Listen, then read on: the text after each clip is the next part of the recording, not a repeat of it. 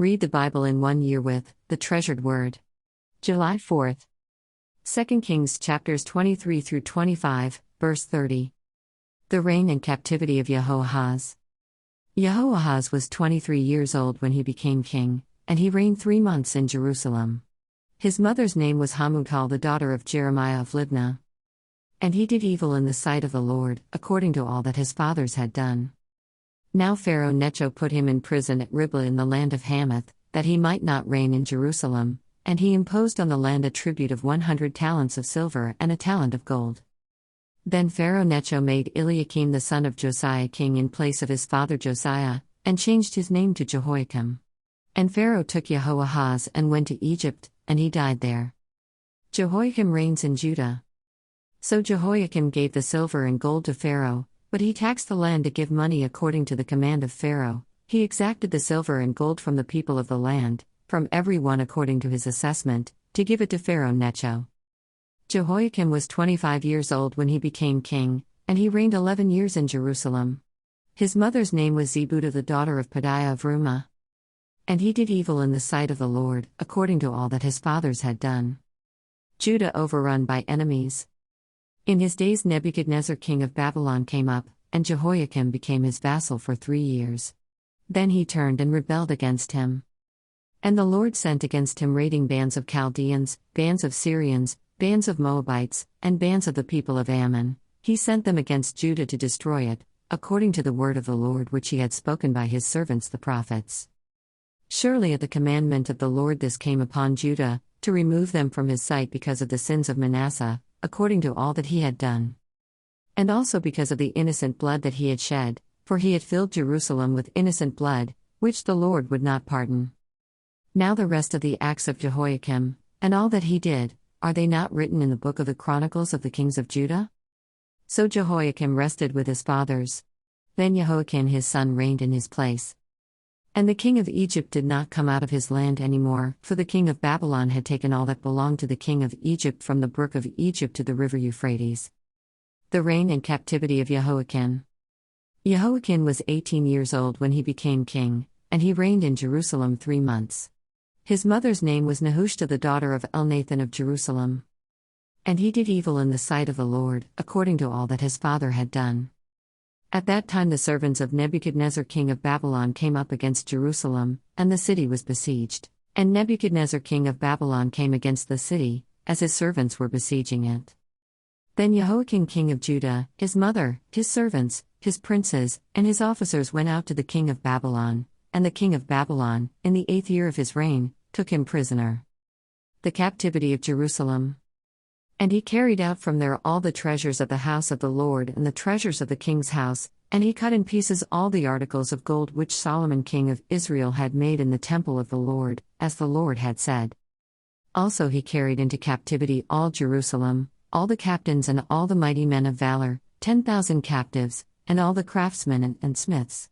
None remained except the poorest people of the land. And he carried Jehoiakim captive to Babylon. The king's mother, the king's wives, his officers, and the mighty of the land he carried into captivity from Jerusalem to Babylon. All the valiant men, 7,000, and craftsmen and smiths, 1,000, all who were strong and fit for war, these the king of Babylon brought captive to Babylon. Zedekiah reigns in Judah. Then the king of Babylon made Mattaniah, Jehoiakim's uncle, king in his place, and changed his name to Zedekiah. Zedekiah was 21 years old when he became king, and he reigned 11 years in Jerusalem. His mother's name was Hamutal, the daughter of Jeremiah of Libnah. He also did evil in the sight of the Lord, according to all that Jehoiakim had done. For because of the anger of the Lord this happened in Jerusalem and Judah, that he finally cast them out from his presence. Then Zedekiah rebelled against the king of Babylon. The fall and captivity of Judah. Now it came to pass in the 9th year of his reign, in the 10th month, on the 10th day of the month, that Nebuchadnezzar king of Babylon and all his army came against Jerusalem and encamped against it, and they built a siege wall against it all around. So the city was besieged until the 11th year of King Zedekiah. By the 9th day of the 4th month the famine had become so severe in the city that there was no food for the people of the land. Then the city wall was broken through, and all the men of war fled at night by way of the gate between 2 walls, which was by the king's garden, even though the Chaldeans were still encamped all around against the city. And the king went by way of the plain. But the army of the Chaldeans pursued the king, and they overtook him in the plains of Jericho. All his army was scattered from him. So they took the king and brought him up to the king of Babylon at Riblah, and they pronounced judgment on him. Then they killed the sons of Zedekiah before his eyes, put out the eyes of Zedekiah, bound him with bronze fetters, and took him to Babylon. And in the 5th month, on the 7th day of the month, which was the 19th year of King Nebuchadnezzar king of Babylon, Nebuzaradan the captain of the guard, a servant of the king of Babylon, came to Jerusalem. He burned the house of the Lord and the king's house, all the houses of Jerusalem, that is, all the houses of the great, he burned with fire. And all the army of the Chaldeans who were with the captain of the guard broke down the walls of Jerusalem all around. Then Nebuzaradan the captain of the guard carried away captive the rest of the people who remained in the city and the defectors who had deserted to the king of Babylon, with the rest of the multitude. But the captain of the guard left some of the poor of the land as vinedressers and farmers. The bronze pillars that were in the house of the Lord, and the carts and the bronze sea that were in the house of the Lord, the Chaldeans broke in pieces, and carried their bronze to Babylon. They also took away the pots, the shovels, the trimmers, the spoons, and all the bronze utensils with which the priests ministered. The fire pans and the basins, the things of solid gold and solid silver, the captain of the guard took away. The 2 pillars, 1 sea, and the carts, which Solomon had made for the house of the Lord, the bronze of all these articles was beyond measure. The height of 1 pillar was 18 cubits, and the capital on it was of bronze. The height of the capital was 3 cubits, and the network and pomegranates all around the capital were all of bronze. The 2nd pillar was the same, with the network. And the captain of the guard took Seraiah the chief priest, Zephaniah the 2nd priest, and the 3 doorkeepers. He also took out of the city an officer who had charge of the men of war, 5 men of the king's close associates who were found in the city, the chief recruiting officer of the army, who mustered the people of the land, and 60 men of the people of the land who were found in the city. So Nebuzaradan, captain of the guard, took these and brought them to the king of Babylon at Riblah. Then the king of Babylon struck them and put them to death at Riblah in the land of Hamath. Thus Judah was carried away captive from its own land. Gedaliah made governor of Judah. Then he made Gedaliah the son of Ahikam, the son of Shaphan, governor over the people who remained in the land of Judah, whom Nebuchadnezzar king of Babylon had left. Now when all the captains of the armies, they and their men, heard that the king of Babylon had made Gedaliah governor, they came to Gedaliah at Mizpah, Ishmael the son of Nethaniah, Johanan the son of Kareah, Seraiah the son of Tanhumeth the Netophathite, and Jazaniah the son of Amachathite, they and their men. And Gedaliah took an oath before them and their men, and said to them, Do not be afraid of the servants of the Chaldeans. Dwell in the land and serve the king of Babylon, and it shall be well with you. But it happened in the 7th month that Ishmael the son of Nethaniah, the son of Elishama, of the royal family, came with 10 men and struck and killed Gedaliah, the Jews, as well as the Chaldeans who were with him at Mizpah. And all the people, small and great, and the captains of the armies, arose and went to Egypt, for they were afraid of the Chaldeans. Jehoiakim released from prison. Now it came to pass in the 37th year of the captivity of Jehoiakim king of Judah, in the 12th month, on the 27th day of the month, that evil Merodach king of Babylon, in the year that he began to reign, released Jehoiakim king of Judah from prison.